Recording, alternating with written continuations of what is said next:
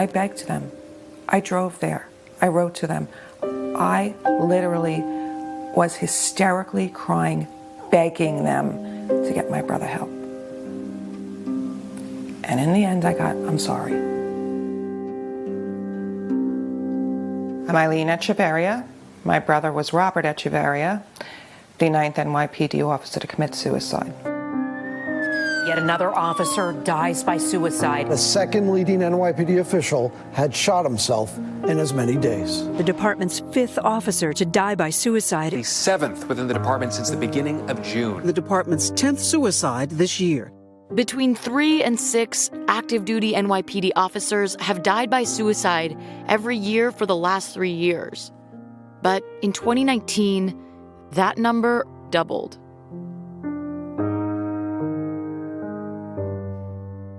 The rash of suicides in the NYPD has tormented the department. Police officers around the country are now more likely to die by suicide than in the line of duty. But what causes the problem, and further, what to do about it, remains unanswered. He always wanted to be a cop. He really loved that job in the beginning.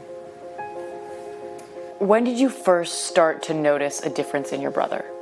In 2012, he was having a lot of issues. That was the first time I contacted IAB, and I noticed he was different.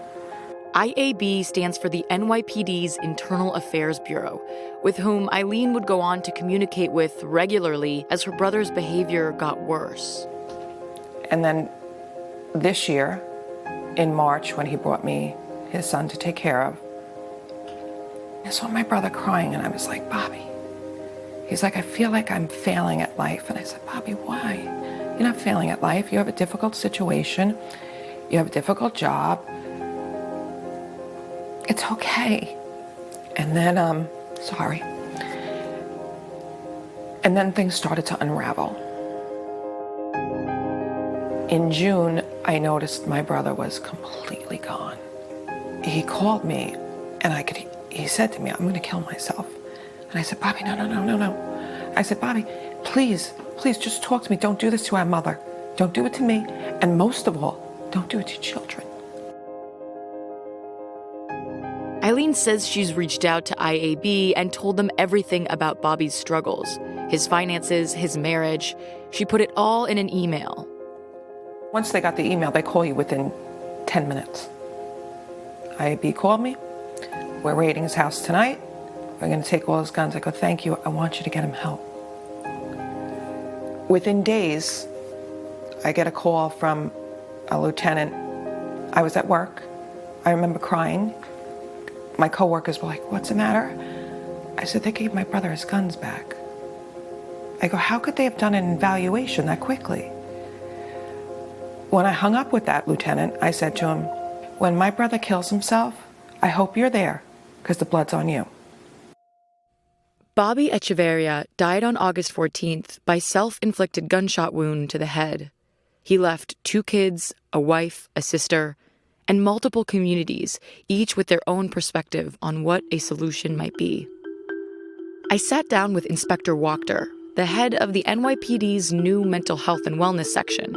One suicide is horrific for this department. It's a tragedy, and that's why we're trying to come up with new programs to kind of stem this tide. The NYPD has implemented a series of reforms in the last several months, including establishing a new peer-to-peer counseling service. When you talk about some of the peer support programs within the NYPD, how are those different from the newly formed peer support program that is taking volunteers and is training NYPD officers right now? This new peer to support program we're starting is similar to the neighborhood policing philosophy, where we're putting officers and civilians in each command, and they're going through a very extensive 3-day course where we're teaching them the warning signs of stress, depression, suicides. Dina and Mike are both officers in the program. They're on the front lines of this new effort. Day to day, they work in separate units, but both just completed 3 days of training to become peer advocates. After I graduated, there was a guy in my company who I went through the academy with who we lost to suicide. It just made me as a person want to get involved and do something, especially with the rash of suicides that unfortunately happened over the summer. There is a lot of stress that a police officer goes through on a regular basis. And they should know that it's okay to talk about what they're feeling, what they're going through, and they don't have to go through it alone. The hardest part is going to be to fight the stigma. I just want the officers to understand that we're not looking to give out disciplinary action. This is solely to help them and to help them get better. Richard Levinson is a psychologist who has worked with law enforcement for over 20 years. He says this stigma comes from a fear of having their badge, gun, and arguably their identity taken away. In the old days, they referred to a police officer who had mental health issues as being a member of the rubber gun squad. They literally took their shield and their gun away from them, and they gave them a rubber gun in the early days. And that's the identity of any officer. I mean, if someone says to you, I'm a police officer, you say, well, prove it. First thing they do is take out their shields. The public acknowledges a shield as a symbol of authority. Do you think that officers are more likely to seek that mental health help from a colleague, a peer, rather than outside help? I think that the answer to that is yes. But I also think that they have to perceive that someone in their environment is approachable. How do you reassure your colleagues that the help that they are getting is confidential, that they can speak, knowing that it's not going anywhere else?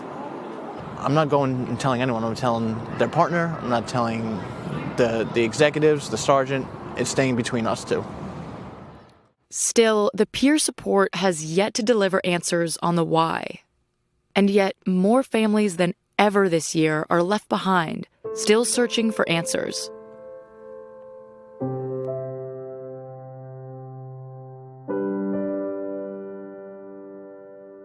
I'm trying to work with them and say, listen, we need to do something. I had a meeting with the NYPD at one police plaza. I buried my brother 2 days before that, and they were downright nasty to me.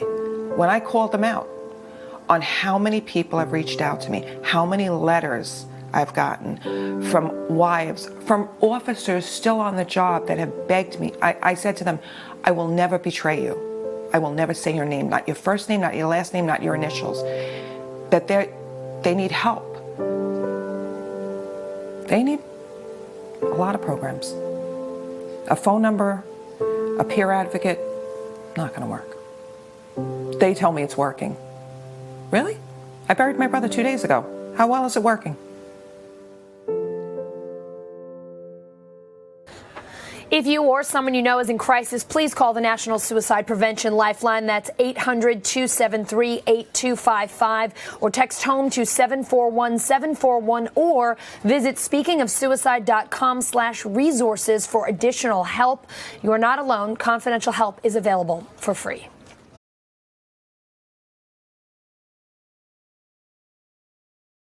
Hey, NBC News viewers, thanks for checking out our YouTube channel. Subscribe by clicking on that button down here, and click on any of the videos over here to watch the latest interviews, show highlights, and digital exclusives. Thanks for watching.